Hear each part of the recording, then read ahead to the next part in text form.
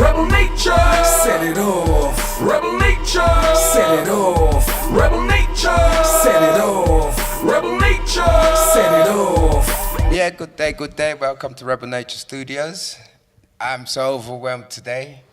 I'll let the man introduce himself to you because to me, it's a superstar in my eyes. He's been in the music business from when I was school, so introduce yourself to the people. Now, Mr. Second crowd of people, cause you know, so that to me, nobody else about the Tippa Irie, the youth ram dance, a town, a black up dance, a country, for all of the people in the community, cause I'm me, the youth, we sing cutie, till all the girls them for move them booty, for shake them thing in the city, I've seen, the brand new style just coming.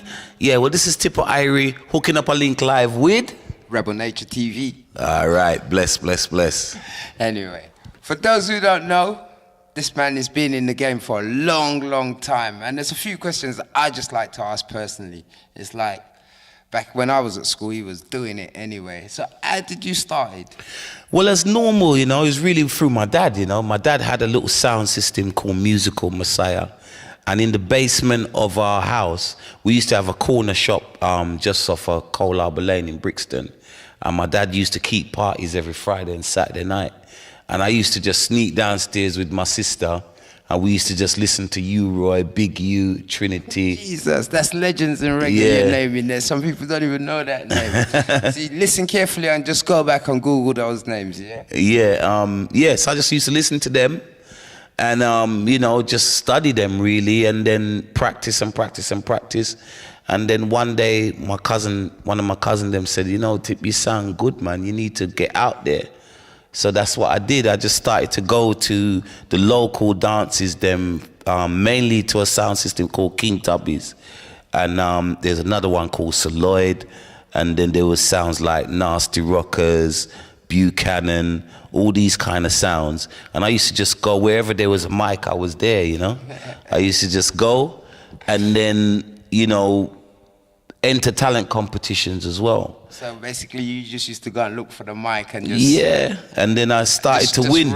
I started to win some of these talent competitions, and then one day I was at this talent competition in Ferndale Sports Centre in Brixton, and Dennis Rowe and Lloyd Francis, who owned Saxon Sound, they was there. And so they just asked me to come and DJ on their sound. Went into the big boys, started DJing for sex. Well, they wasn't really big, yeah, but you they know was what I mean. big, they were big. Southeast, you know what I mean? That's what I say. So for me, it was, they offered me a little bit more money than Tubby's. You know, Cecil, I think, was paid me £3, and Muscle said, I'll give you 10. So I said, okay, I'll go over there as well, you know what I mean? And that's so, what I did. It's always all about the papers then. Well, it's not even that, but, you know, it's common, you know, it's logic, isn't it? If somebody's saying, look, I got 10 and another person's got 3, then, you know, you go with the person that's giving you more money. It's like a footballer, isn't it? If that, we'd still have Nazari and Fabregas if we could afford them. He's an Arsenal supporter, isn't it? You know what I mean? But anyway. Yeah, so from there, it just kind of elevated. My career just elevated because I went on to Saxon, and then you had people like Maxi Priest was there, Papa Levi, you know, Smiley Coach, Asha Senate, all them kind of people used to be at the dances. So I just went on the sound, and I brought Daddy Rusty with me. Rusty was a good friend of mine that we used to go to school together. And then, you know, the Saxon tapes, you know, to cut a long story short, yeah, I remember. It just circulated. I've got one in the lockup, you know, a Saxon tape. But yeah, it just started to circulate. And then from there, you know, record labels became interested, and Maxi Priest got signed to Virgin, Papa Levi got signed to Island. So really the big break was when you got signed to the majors with... Well, the record label, I mean, Greensleeve was an independent label.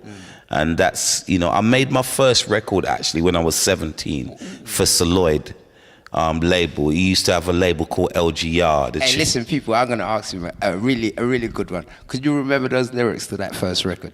I think it was called, it goes something like, I think it was the opposite, Tippa Irie just attack it, me come fi tell you about the opposite, Mr. Irie just attack it, and it was just simple lyrics like the opposite for Prince Charles is Lady Diane, the opposite for right is wrong, the opposite for weak is strong, and simple as that. And in fact, it was that my first ever tune was produced by Drummy Zeb from Aswad.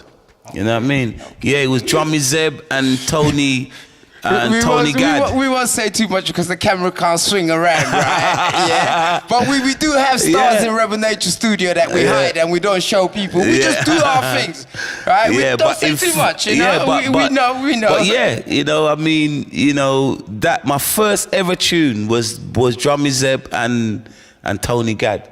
They produced it. It was a tune called My Valentine, I'm Gonna Make You Mine. It was a big lovers rock tune back in the day. And I don't know where I was coming from, but I was tired. I think probably knowing me was probably coming from a dance. And I fell asleep in the studio, and they produced, the tune was done by a brother called Tokes. And Drummy just come and he wake me up and said, Tippa, your time now, you know. And then I just woke up and I just went in there and I just done it, you know what I mean? And that was the first tune that I did was for Solo. Yeah, as you're talking about it, you're having some good memories about those days. Yeah, man, good times, you know what I mean? It was a blessing for me as a, you know, I think I was 17, so I was young. So to be in the studio with them guys there was a blessing, you know what I mean? And then, so I did that, you know, for Lloyd, and then I did some live albums because he kept a lot of DJ competitions with, you know, people like Ricky Rankin, Lorna G, Papa Levi, Peter King.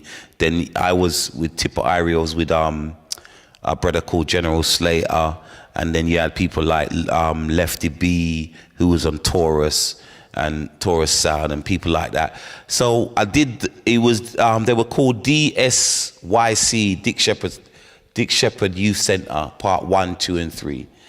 And then I did that, and then from there, you know, the Saxon thing just kind of blew up, and the tape started circulate everywhere, and it just grew from there. And then Greensleeves signed me, Daddy Colonel, Sandy, and Rusty, and from there, that's where I made my first album, and that's where my career started to really launch. So how many albums deep are you now? I think it's about 19 now, something like that. 19 albums deep. I done about that now. Yeah, it's like, so I know I can't remember them all. I know you got a new one that you're working on the road. Well, my latest one at the minute is Stick to My Roots. You know what I mean? That's my latest project that's out now, and people can download that. But I mean, you can download probably all of my albums on iTunes right now. But the latest one that is released on my label, which is called Lockdown Productions, is on iTunes right now. So they can check it out. It's called Stick to My Roots. It's Tippa Irie and the Far East Band. It's a band based in Germany. Wow. So that must be, your music career must have taken you to all different places and all strange places. Yeah, I mean, from Is It Really, well, the reason I call my first album Is It Really Happening to Me? And that was released in 1986. You know what I mean? And that's why I called it that, because I started to fly to all over the world, because off of that album I had a tune called Hello Darling. You know what I mean? Yeah, that was a big tune, man. That tune was huge for me. So well, Hello Darling was like, you know, off of that album, you know, Hello Darling was like my tune that really broke me through into the mainstream. That was the one that was the one, I had a tune called It's Good to Have the Feeling You're the Best. That one, and well, little drips and drabs, but you know, as artists you have signature tunes, and Hello Darling is like my signature tune, even though I've had, you know, I've had hits. Yeah, I know. With Will I Am, Black Eyed Peas. I see you. I see you. With you know, well, there's other people, you know, hits with Lloyd Brown, Peter Hunningale, Winsome, all these people I've had #1 tunes with in the reggae charts.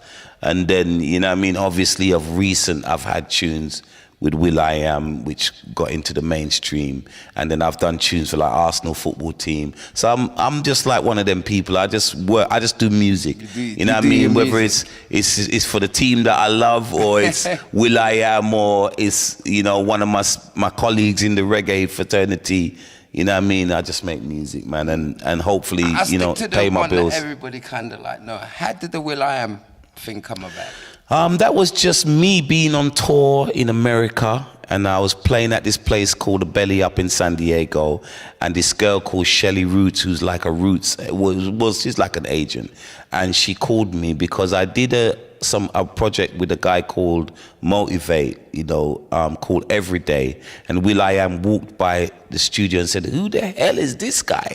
You know what I mean? And then he said, "One day I'm gonna have something for you." So one day, at the time, Sean Paul was big, Wayne Wonder was doing well, so his label wanted a kind of dancehall Caribbean influence type tune on the album. So the man remembered you. So he remembered me from that time. Just walking through the complex, yeah, he remembered me, and luckily I was there. I was actually in LA. So in fact, I was in San Diego doing the show. So I drove down to LA and heard the tune, and I said, "Yeah, man, it sound good." So I took it with me, lived with it for the night, and then I just went back the next day, cutie, make sure you move your booty, and they loved it. They mix it same time, and it was on the album, you know? Yeah, I know how you work. I've seen you do something. I know we got some magic in Rebelnature studio that you done for us anyway. Right. You just came in. Yeah, can I jump on that and just whoops? Anyway, we won't talk too much about that. Something we got coming from him on our side, yeah? Thank you anyway again for doing that for us. No anyway. problem, man. No problem. I mean, it's all about, you know, Tippa Irie in the building. You know, check me out, tippairie.com. It's simple. Or you can go to lockdownproductions.com. Or you can go to youtube.com/official Tippa Irie, and you can see any of my YouTube videos there. Or, you know what I mean? So that's me. Or like I say, Google the man, yeah? He's giving you all the links. You know how we do it. We'll have it up there at the end. Anyway, thank you very much for coming here. No problem, my brother. It's a blessing anytime. You know, holler at the DJ. Don't worry, man. We'll have you for a second one when we got you popping again. Don't All worry. right then, brother. Thank you very much. Enough respect. Bless. Set it off. Set it off. Set it off. Set it off. Rebelnature. Set it off. Rebelnature. Set it off. Rebelnature. Set it off. Rebelnature. Set it off.